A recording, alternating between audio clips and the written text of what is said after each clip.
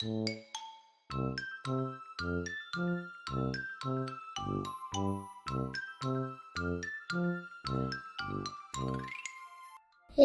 kord Heit ja Taat, kellel ei olnud lapsi.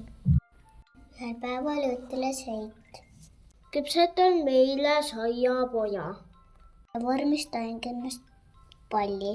Pani rosinad silmadeks ja suuks. Kui Heit avas ahjuukse, hüppas kakuke välja ja veeres uksest välja.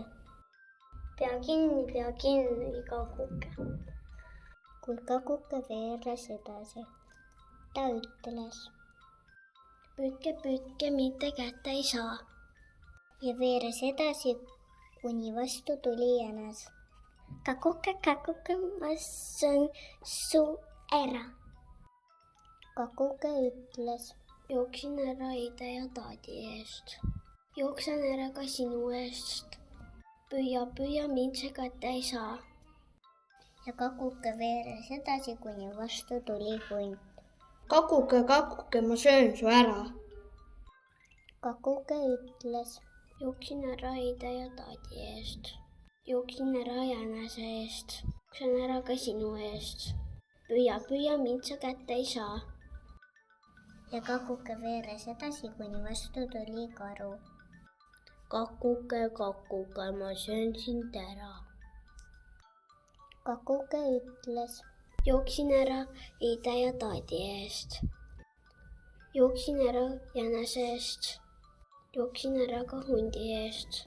Jooksen ära ka sinu eest. Püüa, mind sa kätte ei saa. Ja kakuke veeres edasi, kuni vastu tuli rebane.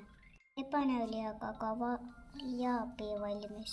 Kakuke, aitan sind üle jõe. Hüppa mu saba peale. Kakukesele rebane meeldis ja ta hüppas rebase saba peale. Rebane hakkas üle jõe ujuma. Kuule, kakuke, sa saad seal märjaks. Mine parem selja peale. Kakuke läkski rebase selja peale.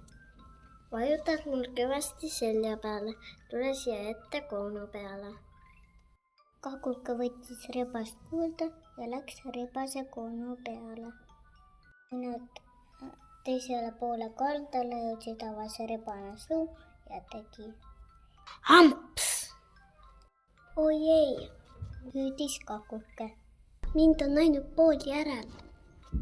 Amps, tegi rebane teist korda. Oi ei, peaaegu kõik on juba läinud, hädaldas kakuke. Amps! Hammustas rebane kolmandat korda ja kakukesest ei olnud enam midagi alles.